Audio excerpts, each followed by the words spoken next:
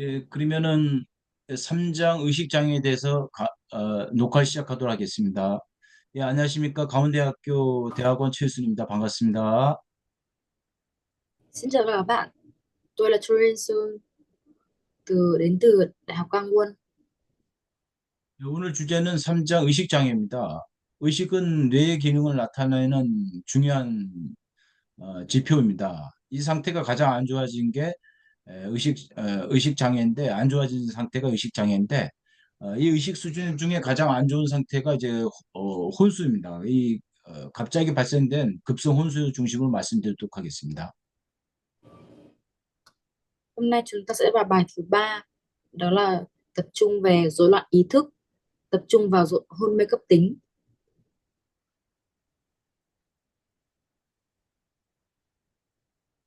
주요 내용은 여러 가지 원인을 좀 상황에 따라서 정리해 봤습니다. 그리고 응급처치 위주로 말씀드리도록 하겠습니다. Đầu tiên là sẽ đi vào nguyên nhân và các bệnh lý chẩn đoán liên quan.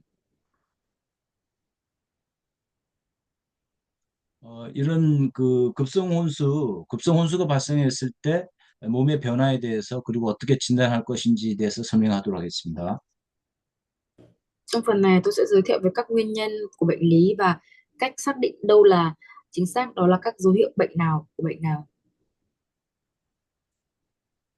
일단 방금 전에 말씀드렸지만 급성 혼수는 급성은 갑자기 발생된다는 의미고 혼수는 이 의식 수준 중에 가장 안 좋은 상태가 혼수 상태입니다. 우리가 영어로 이제 코마라고 그러죠. 코마라는 혼수 상태를 얘기하는 겁니다.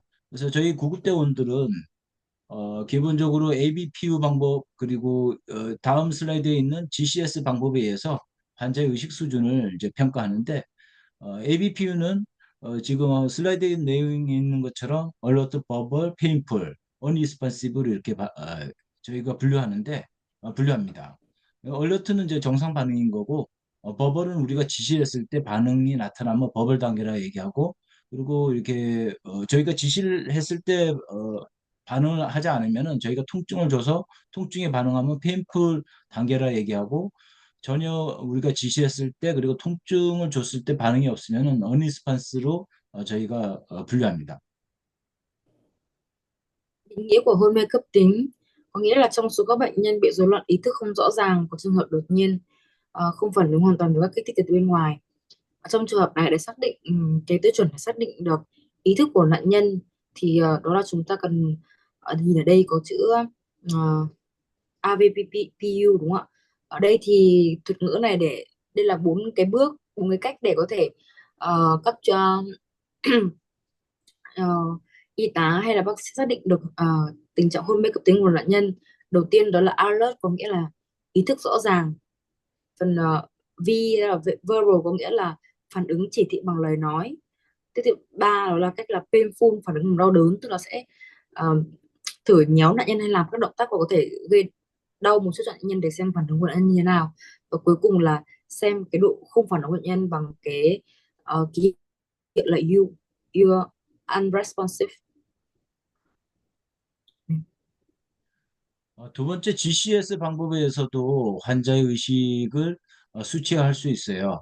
그래서 저희가 세 가지 카테고리가 있는데 첫 번째 계한, 두 번째 언어, 세 번째 환자의 움직임, 운동 반응 이렇게 세 가지 카테고리가 있고 각각의 4점, 5점, 6점을 해서 정상적인 상태는 이제 총 10점이 되겠죠. 15점이 되겠죠. 그리고 진짜 가장 안 좋은 상태는 이제 3점, 최소 3점이 되고, 그리고 한 8점 정도 되면은 중환자실에서 인공호흡기를 하셔야 될 그런 수준이라고 말씀드릴 수 있습니다. Có một tiêu chuẩn nữa chúng ta gọi là GCS. Thì tiêu chuẩn này thì có ba cái nhánh chính. Thứ nhất đó là đo phản ứng của mắt, tiếp là đo phản ứng của ngôn ngữ và đo phản ứng vận động. Thì tổng số điểm của ba cái phản ứng này cộng lại sẽ là 25 điểm. Thì ở đây là những cái danh sách điểm số theo từng cái tiêu chuẩn của từng cái ờ, cách kiểm tra tình trạng hôn mê của nạn nhân. 이런 급성 혼수의 원인이 너무 다양해서 설명할 수 없을 정도로 많은 원인이 있는데 첫 번째 그 뇌경색 뇌졸중이라고 그러죠. 뇌경색 뇌출혈에 의해서 생길 수 있는 중추신경 장애가 있을 수 있고 두 번째 어떤 그 약물이라든가 어떤 기도가 폐쇄됐다든가 이런 호흡기계 쪽의 문제 그리고 심근경색에 의해서 심장 기능이 안 좋아진 순환 기능 장애 그리고 당뇨 환자들 대사 장애 그리고 체온이 너무 높아서 고체온증 저체온증 이런 문제에서 뇌세포 기능이 문제가 발생돼서 급성 혼수가 발생될 수도 있습니다. Ờ, Tiếp theo là chúng ta đi vào với nguyên nhân bệnh lý. Đầu tiên thì rối loạn trung ương thần kinh do tổn thương não, có thể do đột quỵ não, xuất huyết não, chấn thương đầu, nhiễm trùng hệ thần kinh trung ương. Tiếp theo là đến rối loạn chức năng tế bào não, thì có thể do thuốc ma túy, do nghiện rượu, hoặc là do các chức năng hô hấp, tắc nghẽn đường thở, hoặc là do nhồi máu cơ tim, do cái chức năng tuần hoàn. Tiếp theo là có thể do các rối loạn chuyển hóa như là rối loạn chuyển hóa điện giải, hạ đường huyết, biến chứng tiểu đường, và rối loạn nội tiết chuyển hóa, u máu cao, hôn mê gan, và có các loại khác đó là tăng nhiệt độ cơ thể, giảm nhiệt độ cơ thể, hoặc là nhiễm trùng huyết. 병원전에서 이제 이 환자의 정확한 원인과 병명을 이제 확인할 수도 있는데 환자의 이전에 유사한 증상이 있었는지 그리고 어떤 약을 투여하고 있는지 그런 상황을 물어보기도 하고 그리고 혼수가 어떤 상황에서 발생했는지 그 환자나 보호자한테 물어보셔야겠죠. 이런 상황을 확인하고 그리고 한편으로는 환자의 생체 징후로 할 수 있는 혈압, 체온, 호흡수를 측정하시고 그리고 외상의 예술도 생길 수 있기 때문에 외상이 있었는지 최근에 외상이 있었는지 확인하시고 그리고 의식 수준을 정확히 심각한 상태인지 확인하기 위해서 뭐 ABPU 방법이나 GCS에 의해서 어떤 수치를 통해서 환자의 의식 수준의 어떤 중증도를 확인할 수도 있습니다. Vậy thì tóm lại về để có thể chẩn đoán về cái tình trạng hôn mê của nạn nhân thì có ba ba điều cần lưu ý. Thứ nhất là về tiểu sử bệnh. Cần phải xem tiểu sử bệnh, tiền sử sử dụng tiêm thuốc của nạn nhân, tiền sử có chấn thương gì đó trước đó không, và các tình huống xảy ra hôn mê và các triệu chứng trước khi hôn mê. Thứ hai đó là khám thực thể, tức là xem dấu hiệu sinh tồn, huyết áp, nhiệt độ, tần số hô hấp và nhịp tim, xác định có chấn thương hay là không và cái vị trí chấn thương là ở đâu. Thứ ba là đánh giá tình trạng ý thức, thì như tôi vừa nãy nói rằng chúng ta có hai cái cách để có thể đánh giá cái tình trạng ý thức của nạn nhân theo hai cách, đó là AVPU và GCS.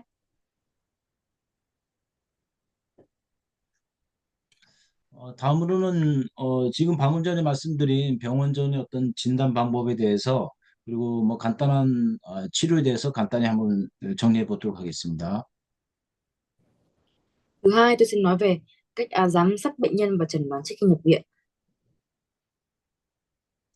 그래서 급성 혼수의 원인을 조금 더 확인할 수도 있고, 그리고 환자 상태가 얼마나 심각한지 확인하기 위해서 심장의 원인이 혹시나 있는지 확인하기 위해서 심전도, 그리고 순환에 문제가 있는지 산수포화도, 그리고 기본적인 생체 징후죠. 혈압, 호흡수, 맥박수, 체온을 확인한 다음에 뭐 당뇨에 의해서 원인이 될 수도 있기 때문에 혈당을 이렇게 측정해서 원인을 좀 찾아보려고 애를 씁니다. Tiếp theo đầu tiên chúng tôi sẽ nói về giám sát bệnh nhân, thì có bốn cái điều quan trọng, đó là điện tâm đồ, về kiểm tra về độ bão hòa oxy ngoại vi, tiếp theo là xem về huyết áp, tần số hô hấp, nhịp tim, nhiệt độ, độ bão hòa oxy, và cuối cùng là đo đường huyết. 병원전 뭐 이런 급성 혼수 환자들에게 병원전에서 할 수 있는 응급처치를 뭐 간단히 요약한 부분인데 뭐 기본적인 쇼크 환자들한테 할 수 있는 그런 처치를 하시면 됩니다. 이 마지막에 이런 약물들은 일반적으로 저희 한국에서도 병원전에서는 하지 않고 응급실에서 일반적으로 투여되는 약물입니다. Đầu tiên thì ờ, cần điều trị trước khi nhập viện. Ở Hàn Quốc như vậy, trước khi chúng ta cho nạn nhân nhập viện thì chúng ta cần phải có các biện pháp, đó là duy trì đường thở, cố định cột sống cổ, duy trì chức năng hô hấp và duy trì chức năng hoàn toàn. và xử lý cơ bản. Nếu mà chúng ta có cái bằng chứng chỉ tiêm thuốc thì có thể sử dụng thuốc cho bệnh nhân hôn mê. Sau đây là những cái ba cái tên loại thuốc mà có thể tiêm bệnh nhân.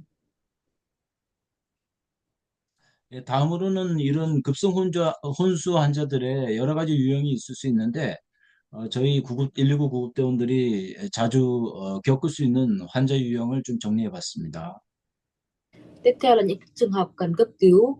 Sau đây thì những trường hợp mà chúng tôi khi mà tôi làm ở trạm cứu hỏa và làm ở ờ, sở cấp cứu thì đã gặp những cái trường hợp nhiều nhất thì tôi đã tổng hợp lại các nội dung mà các trường hợp cần cấp cứu khẩn cấp tại đây ạ. 첫 번째 알코올 중독입니다.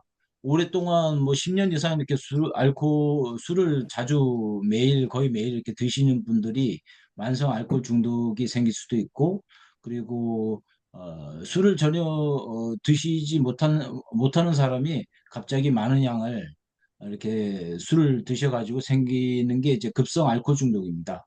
이런 술을 이렇게 드시게 되면은 처음에는 혈관이 확장이 되면서 몸이 따뜻해지는 것 같지만은 시간이 지나면 지날수록 이 중추신경이 억제돼 가지고 이 뇌의 기능이 떨어지고, 그리고 혈관이 이제 확장이 되면서 저체온증이 됩니다. 그리고 소변이 많이 나오기 때문에 쇼크 가능성이 더 생기겠죠. 그리고 갑자기 이렇게 알코올 중독자들이, 특히 만성 알코올 중독자들이 갑자기 술을 끊게 되면은 몸을 막 떨면서 의식이 떨어지는 금단 증후군이 생길 수도 있습니다. Thứ nhất là về ngộ độc alcohol thì ờ, ngộ độc alcohol này không chỉ xảy ra với những người mà uống rượu mà có thể xảy ra với những người mà không uống rượu. Ví dụ như là trường hợp mà chưa uống rượu bao giờ nhưng uống một loại rượu quá mạnh thì cũng có thể gây ra ức chế thần kinh trung ương và có thể giảm giảm nhiệt độ cơ thể và gây ra hiệu ứng mất mất nước và có thể gây ra những cái tình trạng của ngộ độc, và có thể là do ừm, một người hay uống rượu nhiều nhưng cái và trong cơ thể thì chất độc tích lại các chất độc alcohol nó cũng có thể gây ra những cái biến chứng đó. Và tiếp theo đó là ví dụ một người nào đó mà đang uống rượu hàng ngày nhưng một ngày lúc nào đó thì dừng đột ngột thì cũng có thể gây ra cái tình trạng ngộ độc alcohol này. 이런 알코올 중독 환자 응급처치입니다. 병원장에서 할 수 있는 응급처치입니다. 뭐 기본적으로 이제 급성혼수 환자한테 할 수 있는 기본적인, 또는 쇼크 환자한테 하는 기본적인 응급처치를 하셔야 되고, 그리고 이런 알코올 중독 환자들은 이게 비타민이 결핍되는 경우가 많습니다. 그래서 비타민에 해당되는 티아민을 투여하면은 뇌 기능이 돌아오면서 의식이 돌아올 수도 있고, 그리고 이런 알코올 환자들이 음식을 잘 안 먹기 때문에, 또는 당뇨 환자들이 같이 또 있는 경우도 있기 때문에 이 저혈당을 확인하시고, 저혈당인 경우에는 포도당을 주사할 수 있는 자격이 있으면 포도당 주사를 하셔야 합니다. Tiếp theo là cách điều trị tại hiện tại ngay tại chỗ, ngay tại khi mà xảy ra cái tình trạng ngộ độc alcohol đó thì chúng ta cần phải cơ bản là luôn phải duy trì đường thở và hỗ trợ hô hấp cho bệnh nhân. Tiếp theo là sử dụng các loại thuốc khác, và trong cái trường hợp mà thiếu vitamin và thiếu thiamin thì chúng ta cần phải tiêm, và để chúng ta có chứng chỉ tiêm đường huyết thì chúng ta cần phải tiêm hạ đường huyết nếu mà cần. 두 번째, 경련 환자입니다. 저희들이 이제 가끔 출동하는 경우가 있는데, 저희들이 이제 간질 또는 이제 뇌전증 뭐 그런 식으로 병명을 가지신 분들인데, 이런 분들이 갑자기 경련하는 경우가 있어요. 약을 안 드신다든가 그런 경우에 이 경련을 하는데, 뭐 역시 이제 쇼크 상태이기 때문에 기도 유지하고 산소 투여하고 정맥 확보할 수 있으면 하시고, 그리고 이런 환자들은 혈당이 떨어진 경우도 가끔 있을 수 있기 때문에 혈당 수치를 확인하셔야 합니다. Tiếp theo là trường hợp mà chúng tôi cũng hay gặp, đó là trường hợp mà các nạn nhân bị co giật. Thì cái cách để điều trị tại chỗ đó là cần duy trì đường thở, không nên cố gắng đặt các dụng cụ giữ lưỡi vào miệng bệnh nhân, và không nên cho các loại thuốc giống như là cần uống, mà cần cung cấp oxy và cần ờ, tiếp tiêm thuốc cho nạn nhân theo đường truyền và kiểm tra mức đường huyết ở mức ổn định. 경련하는 환자들한테는 너무 강력하게 환자를 묶어서는 안 되고 너무 세게 이렇게 묶게 되면은 경련을 통제하기 위해서 묶게 되면 이제 골절이 될 수도 있기 때문에 묶어서는 안 되고 그리고 체온을 잃기 쉽기 때문에 체온을 유지해 주시고 심장에 산소가 들어가지 않아서 부정맥이 올 수도 있기 때문에 심장 리듬을 감시해 주시고 그리고 주변을 조용하게 해서 이 경련이 끝나기를 일반적으로 기다리면 되는데 그리고 환자가 이제 옆으로 눕혀서 이물질 같은 거, 침이라든가 이물질을 잘 내보내기 위해서 옆으로 눕혀주시고 일반적으로 5분 이내, 3분, 5분 이내에 끝나거든요. 근데 5분, 10분 이렇게 경과되면은 환자 상태가 더 응급상이기 때문에 즉시 병원으로 이송을 하셔야 합니다. Tiếp theo là cách điều trị tại chỗ của người trong ngực co giật. Đó là cần giữ cố định người bệnh nhân nhưng mà không phải là trói quá chặt và duy trì nhiệt độ cơ thể. Luôn phải giám sát nhịp tim, tạo môi trường yên tĩnh an ủi và cho nạn nhân cảm thấy an toàn nhất. Và nên đặt bệnh nhân nằm nghiêng và nếu có giật kéo dài hơn 5 đến 10 phút và không có hồi phục ý thức, ngay lập tức chuyển đến bệnh viện gần nhất. 세 번째 뇌졸중입니다.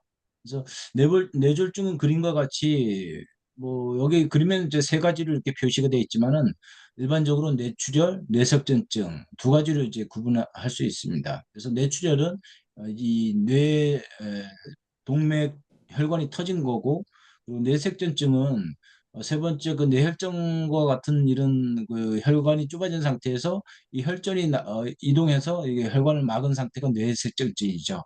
그래서 뭐 세 번째 뇌혈전증까지 이렇게 세 가지로 분류하는 경우도 있지만 일반적으로 이 첫 번째 뇌출혈, 두 번째 뇌색전증으로 분류합니다. Tiếp theo là đột quỵ. Nguyên nhân chính do đột quỵ đó là do xuất huyết não, nhồi máu não hoặc là huyết nối não.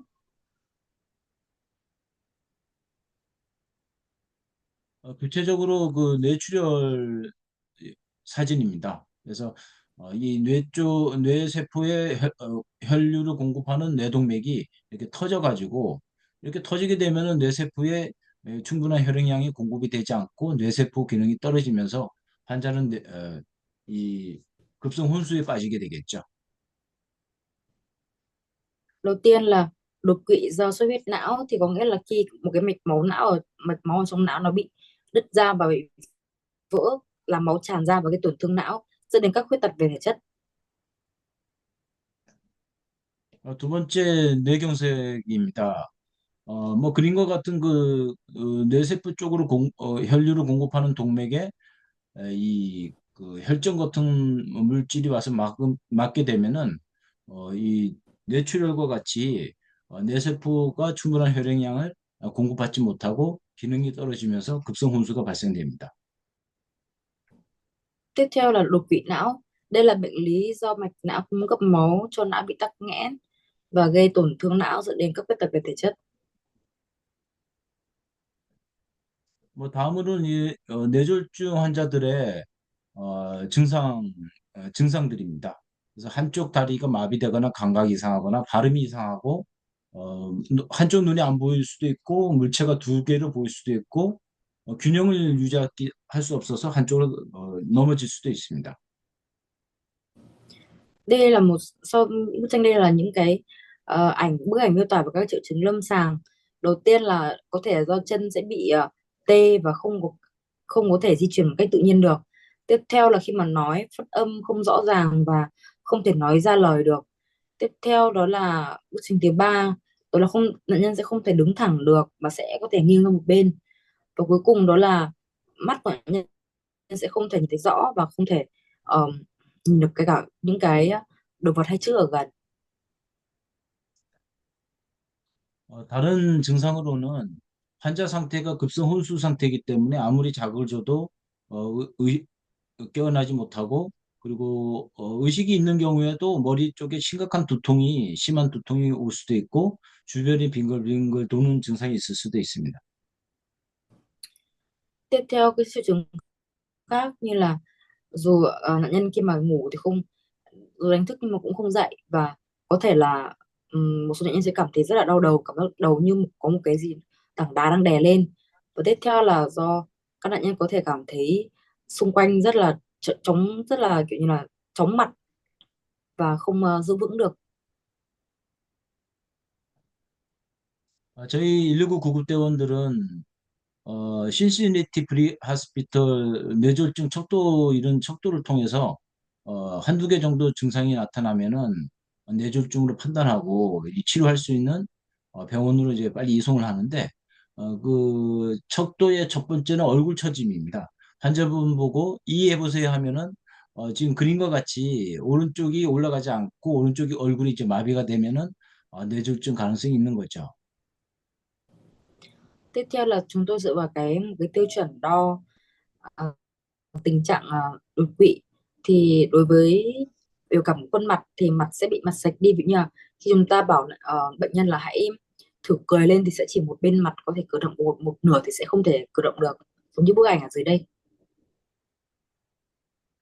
두 번째는 손바닥을 위로 하고 환자를 손을 뻗게 한 다음에 눈을 감게 하면은 한쪽 손이 이게 오른쪽 그림과 같이 떨어지면은 오른쪽 마비라고 생각하고 뇌졸중 가능성이 높아집니다.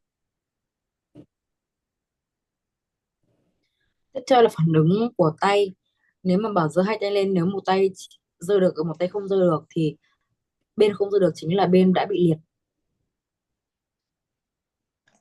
세 번째는 환자에게 질문을 했을 때 술을 먹은 사람처럼 발음이 부정확하면은 이 사람도 역시 그 뇌졸중 가능성이 높아집니다. Tiếp theo đó là kiểm tra phát âm của nạn nhân. Khi mà bảo nạn nhân phát âm một cái từ gì đó nếu mà không chuẩn thì có nghĩa là nạn nhân cũng đang bị có dấu hiệu đột quỵ.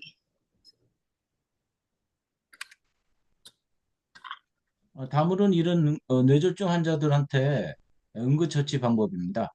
환자가 갑자기 구역질을 할 수도 있기 때문에 눕히신 다음에 환자를 머리를 약간 돌려서 이물질이 잘 나가게 해주시고 그리고 기도를 이런 식으로 확보를 해주시고 구토를 하게 되면은 급의를 해주셔야 되고 그리고 일반 쇼크 환자들처럼 산소 투여를 해주시고 그리고 정맥류 확보를 할 수 있으면은 자격이 되면은 정맥류 확보해서 수액을 주시면서 혈당을 측정하는데 혈당이 떨어져 있으면은 포도당 주사를 주셔야 되고 심장에 문제를 있는지 확인하기 위해서 심장 리듬을 감시하셔야 합니다. Tiếp theo đây là một số cách để có thể xử lý khẩn cấp tại hiện trường. Đầu tiên chúng ta cần nghiêng độ bệnh nhân khoảng độ 10 đến 15 độ, và tiếp theo đó là duy trì đường thở và hút dịch, và cung cấp oxy hỗ trợ thông khí cho nạn nhân, đưa kiểm tra mức đường huyết, có thể tiêm tĩnh mạch dung dịch hoặc sinh lý hoặc là ringer, hoặc là cuối cùng là phải giám sát nhịp tim của nạn nhân. 다음으로는 이제 당뇨병 환자의 혼수와 관련되는 부분입니다. 그래서 당뇨 환자들은 저혈당과 고혈당이 있을 수 있는데 저혈당 같은 경우에는 뭐 과도한 운동이라든가 식사를 하지 않아서 이제 발생이 돼서 어, 생길 수 있는 응급 상태입니다. Thứ tư đó là hôn mê do tiểu đường, có nghĩa là trong trường hợp này các nạn nhân thì sẽ bị hạ đường huyết, gây tình trạng cấp cứu nội khoa. Triệu chứng xuất hiện do sự mất cân bằng giữa cái sản xuất và tiêu thụ đường. Chúng ta cần chẩn đoán hạ đường huyết và tiêm tĩnh mạch dưới 50 mg, và chúng ta cần phải quan sát hiệu chứng lâm sàng của hạ đường huyết. 그림과 같이 뭐 다양한 원인에 의해서 이렇게 저혈당이 생길 수도 있는데 방금 전에 말씀드린 것처럼 운동이라든가 뭐 식사를 적게 했을 때 그리고 다른 약물을 또 과다하게 복용한 경우에 생길 수 있습니다. Trong trường hợp hôn mê do tiểu đường này có thể phát sinh ra khi mà ví dụ như là chúng ta ăn quá ít, hoặc cũng có thể phát sinh ra khi chúng ta ăn quá nhiều, hoặc là chúng ta đã bị thứ như là ừm, tập thể dục đột ngột. Tức là bình thường chúng ta không tập thể dục nhưng đột ngột tập quá nhiều, tập quá lâu, có thể gây ra dẫn đến tình trạng hạ đường huyết, và có thể khi chúng ta lạm dụng một cái loại thuốc gì đó quá đà thì cũng có thể gây ra cái sự hạ đường huyết này. 이전의 슬라이드에서 이 그 저혈당이 한 50 이하에서 발생된다고 그 혈당치가 50 이하에서 발생된다고 말씀드렸는데 뭐 70 이하에서도 생길 수도 있습니다. 70 이하에서 의식이 떨어지면은 이 저혈당을 생각하시고 이 응급처치 하시면 되는데 기본적으로 그 환자가 삼킬 수 있으면은 삼키고 기침을 할 수 있으면은 설탕물을 드리면 될 것 같습니다. Ví dụ đây là cái tỷ lệ đường đường máu, đường huyết ở trong cơ thể ở mức 72 thì có thể là đây là mức thấp, và chúng ta bắt đầu cái sự giảm đường huyết nó bắt đầu giảm. 60 là có thể gây ra cái phản ứng như kiểu là cảm thấy bất an, hồi hộp, hoặc là cảm thấy cơ thể bắt đầu có những sự dấu hiệu khó chịu. Ở mức 55 có thể là do mất cảm giác, và sẽ cảm thấy rất là đau đầu, hay là mất thị lực. Ở dưới khoảng 30 thì có thể gây đến tử vong. Nên khi mà cảm thấy mất đường huyết thì cần phải có thể ăn ngay những cái đồ ngọt, ăn kẹo, hoặc là ờ, ăn các loại bánh có đường cao. 어, 그 저혈당이 이렇게 발생되면 방금 전에도 말씀드렸지만은 환자의 의식이 어느 정도 대화가 되고 침을 삼킬 수 있고 그런 상태면은 그런 상태에서 저혈당이면은 그 어느 정도 설탕물을 이제 투여하면 되는데 더 심각하게 혼수 상태, 코마 상태, 혼수 상태면은 대화가 될 수 없고 그런 경우에는 무리하게 설탕물을 먹이게 되면은 이 폐 쪽으로 넘어갈 수도 있기 때문에 더 안 좋아질 수 있습니다. 그런 경우에는 자격이 되면은 혈관 확보를 한 다음에 포도당을 주입해야 합니다. Tiếp theo là cấp cứu tại chỗ cho người hạ đường huyết. Mục tiêu điều trị đó là cung cấp đường và điều chỉnh cho nạn nhân. Nếu mà ăn kẹo mà vẫn không được thì chúng ta cần phải đưa bệnh nhân ngay lập tức đến bệnh viện, và bệnh viện xác định nguyên nhân và điều trị là cần thiết nhất. 두 번째는 이제 고혈당 당뇨 고혈당 응급상이 있을 수 있습니다. 뭐 저혈당보다는 자주 발생되지는 않는데 이런 그 고혈당인 경우에는 혈당 현장에서 혈당 수치를 확인하시고 이 쇼크 환자들처럼 기도 확보, 산소 투여 그리고 자격이 되면 정맥 확보하신 다음에 일부 수액을 주셔서 혈관 안에 있는 혈액을 묽게 하셔야 합니다. Tiếp theo là trong trường hợp mà đường huyết cao, thì đây là trường hợp gặp ít hơn so với trường hợp hạ đường huyết, nhưng mà nếu mà chúng ta gặp những trường hợp là chúng ta cần phải điều trị tích cực ngay lập tức, cần đo đường huyết tại hiện trường, duy trì đường thở và đưa bệnh nhân ngay đến bệnh viện và truyền 500 ml dung dịch. 지금까지 한 내용을 정리하도록 하겠습니다. 급성 혼수 환자들은 기본적으로 쇼크 환자의 응급처치와 비슷하게 기도유지 그리고 구토를 하게 되면 급여를 해주셔야 하고 열심히 그 혈압 등 생체 징후 측정, 심전도, 산소 포화도를 감시하셔야 되고 혈당을 반드시 확인하셔야 합니다. 알코올 환자들 같은 경우는 금단 증상에 조심하셔야 하고 그리고 경유 환자들은 5분 이내에 경련이 끝나지 않으면은 응급실로 즉시 이송하셔야 하고 뇌졸중 환자들 같은 경우에는 그 얼굴이 처진다든가 팔이 떨어진다든가 부정확한 발음이 나면은 치료할 수 있는 병원으로 즉시 이송을 하셔야 됩니다. 저혈당 같은 경우에는 이 증상이 있으면은 그리고 환자가 의식이 있으면 설탕물을 드시도록 하시면 될 것 같습니다. Tiếp theo là phần tổng kết. Thì đầu tiên, bệnh nhân hôn mê cấp tính cần được duy trì đường thở và hút dịch nếu nôn mửa. Trong điều trị trước khi nhập viện, giảm soát huyết áp, dấu hiệu sinh tồn, ECG và các độ bão hòa oxy do đường huyết. Tiếp theo là bệnh nhân ngộ độc rượu có thể xuất hiện các hội chứng cai nghiện, và co giật thường kết thúc trong vòng 5 phút. Nếu kéo dài, chuẩn bị nhân đến phòng cấp cứu ngay lập tức. Bệnh nhân đột quỵ có thể bị xuất huyết não hoặc nhồi máu não với các triệu chứng như mặt sệ, tay yếu, phát âm bất thường. Hạ đường huyết được coi như là mức đường huyết dưới 70 và có triệu chứng tại hiện trường. Nếu bệnh nhân tỉnh, có thể cho bệnh nhân uống nước đường. 지금까지 의식장애에 대해서 말씀을 드렸습니다. 혹시 질문 있습니까? Vừa giảng 짱, xong một bài học về hạ đường huyết thì không biết các học sinh có câu hỏi gì không? 혹시 짱 선생님 질문 있나요? 저는 없습니다. 예, 혹시 질문 있으면 이메일로 부탁드립니다. Nếu có ai có câu hỏi gì thì xin mời hãy gửi email qua tôi ạ. Cho tôi ạ. 예, 3장 의식장애 녹화를 마치도록 하겠습니다. 수고하셨습니다. 네.